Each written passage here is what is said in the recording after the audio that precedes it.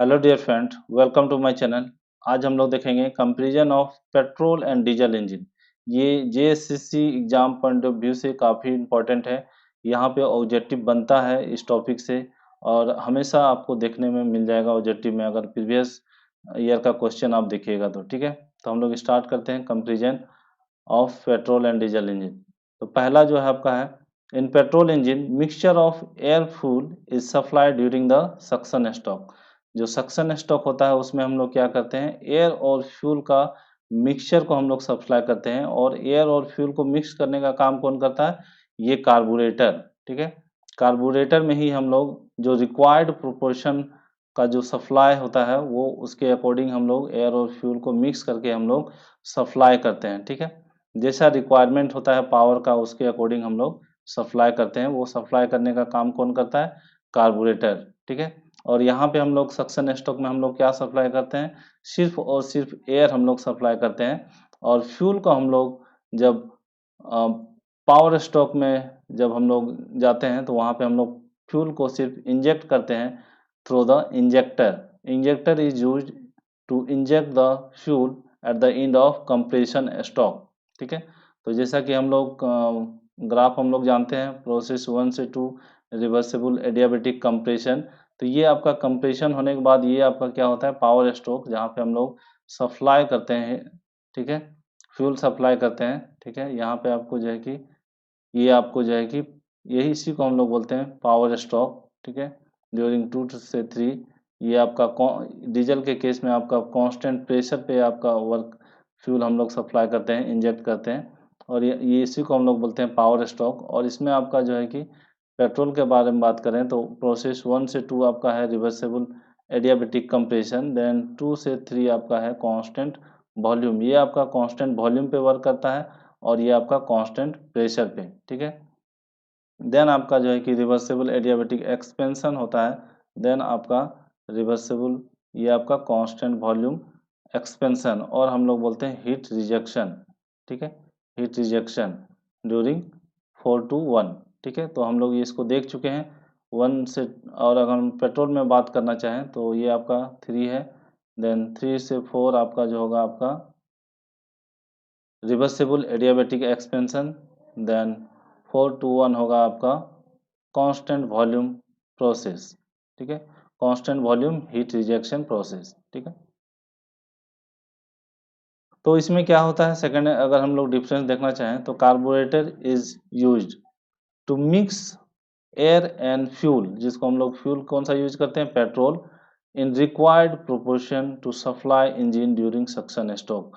जो भी required proportion होता है इंजन का पावर रिक्वायरमेंट के अकॉर्डिंग जो है कि आपका यहाँ पे एयर फ्यूल को मिक्स करके वो सप्लाई करता है। ठीक है, जिसमें आपका एक्सीलेशन और डिफरेंट डिफरेंट आपका जो इंजन का जो पावर होता है उसके अकॉर्डिंग हम मेरा यहाँ पे सप्लाई करते हैं। तो इसको हम लोग रिक्वायर्ड प्रोपोर्शन पे ही हम लोग मिक्स करके हम लोग भेजते हैं सक्शन स्ट्रोक में। ठीक है, the injector is use to inject the fuel at the end of compression stroke. ये आपका जो है कि कंप्रेस होने के बाद जो ये जो मेरा है कांस्टेंट प्रेशर वॉल्यूम इस, ठीक है, यहीं पे हम लोग क्या करते हैं, फ्यूल को इंजेक्ट करते हैं। नेक्स्ट हम लोग देखते हैं it work on the auto cycle. ठीक है, जैसा कि हम लोग यहाँ पे हम लोग डिस्कस कर चुके हैं, ये आपका ऑटो साइकिल है। तो ये आपका क्या, किस पे डिपेंड, ये वर्क करता है कांस्टेंट वॉल्यूम प्रोसेस पे, है ना। इसी पे हम लोग फ्यूल को सप्लाई करते हैं और यहीं पे आपका जो है कि कंबशन होता है फ्यूल का, और यहीं पे पावर स्ट्रोक जनरेट होता है। इसीलिए हम लोग इसको बोलते हैं कांस्टेंट वॉल्यूम साइकिल प्रोसेस। ठीक है, it works on the diesel cycle. ये किस पे वर्क करता है, डीजल साइकिल पे वर्क करता है। ये आपका प्रोसेस है।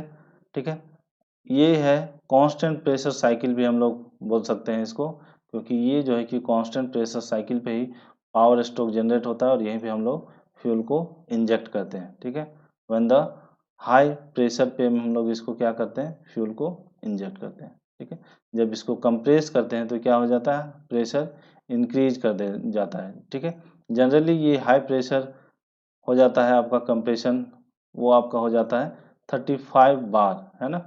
Pressure at the end of compression is 35 बार। ठीक है, और यहाँ पे अगर हम लोग पेट्रोल पे बात करें the pressure at the end of compression is about 10 बार। ठीक है, यहाँ पे प्रेशर 10 बार का होता है और यहाँ पे आपका प्रेशर 35 बार का होता है।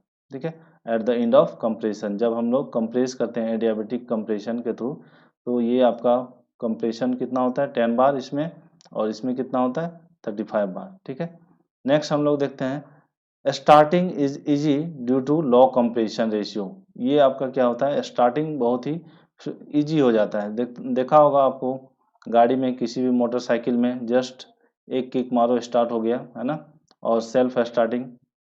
और starting is difficult as compare to petrol engine. Diesel engine में क्या होता है, स्टार्टिंग क्या होता है, is difficult due to high compression ratio. यहाँ पे क्या होता है, लिटिल डिफिकल्ट, ऐसा नहीं कि पूरा डिफिकल्ट होता है, थोड़ा सा डिफिकल्ट होता है एज कंपेयर टू, इसके कंपेयर में, है ना, पेट्रोल के कंपेयर में क्या होता है, ये आपका थोड़ा सा आपका डिफिकल्ट होता है टू स्टार्टिंग, है ना, due to its high compression ratio. तो कंप्रेशन रेशियो कितना होता है 35 बार। नेक्स्ट हम लोग देखते हैं इट इज लाइटर। ये जो व्हीकल होता है, जो भी पेट्रोल इंजन पे वर्क करता है, ये क्या होता है, हमेशा लाइटर होता है और चीप होता है ना, सस्ता होता है, due to low compression ratio, है ना। ये आपका व्हीकल भी सस्ता होता है और चीप भी होता है। और अगर हम लोग डीजल पे बात करें तो ये आपका हैवी होता है और कॉस्टलियर होता है। ये आपका अगर एग्जांपल बात करें तो ट्रक बस, है ना, तो जो हैवी व्हीकल्स है वो किस पे वर्क करता है, डीजल साइकिल पे। ठीक है, और लाइटर का अगर हम लोग बात करें, स्कूटर है, मोटरसाइकिल है। ठीक है, देन हम लोग बात करें रनिंग कॉस्ट इज हाई।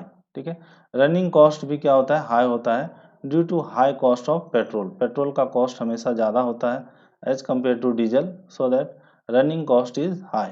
ठीक है, एंड डीजल के केस में रनिंग कॉस्ट इज लो। ठीक है, तो ये मेरा रनिंग के केस में हो गया। देन हम लोग देखते हैं मेंटेनेंस के केस में, maintenance cost is less and here is, diesel के केस में मेंटेनेंस कॉस्ट इज मोर। ठीक है, देन हम लोग एफिशिएंसी के टर्म में अगर हम लोग इसको डिफ्रेंशिएट करें तो क्या होगा, thermal efficiency is about 26 degree, 26 not degree, 26% है ना, एफिशिएंसी हमेशा परसेंट में होता है। ठीक है, देन ये जो होता है डीजल आपका 35 से 40% एफिशिएंसी देता है, थर्मल एफिशिएंसी। ठीक है, देन अगर हम लोग बात करें over heating is more due to low thermal efficiency. इसमें क्या होता है, ओवर हीटिंग क्या होता है आपका मोर होता है एज कंपेयर टू डीजल। ठीक है, less due to high thermal efficiency, इसमें क्या होता है, ओवर हीटिंग क्या होता है, लेस होता है। ठीक है, देन हम लोग नेक्स्ट देखते हैं difference high speed engine. Petrol engine जो होता है हमेशा हाई स्पीड इंजन पे वर्क करता है, और हाई हाई स्पीड इंजन के लिए ही हम लोग इसको यूज करते हैं। देन ये आपका रिलेटिवली लो स्पीड इंजन होता है, ऐसा नहीं कि ये पूरा लो होता है, ये आपका रिलेटिवली लो स्पीड होता है और हाई पावर ट्रांसमिशन के लिए होता है। ठीक है, जैसे कि ट्रक हो गया आपका, जेसीबी हो गया। ठीक है, इस तरह से आप एग्जांपल आप समझ सकते हैं।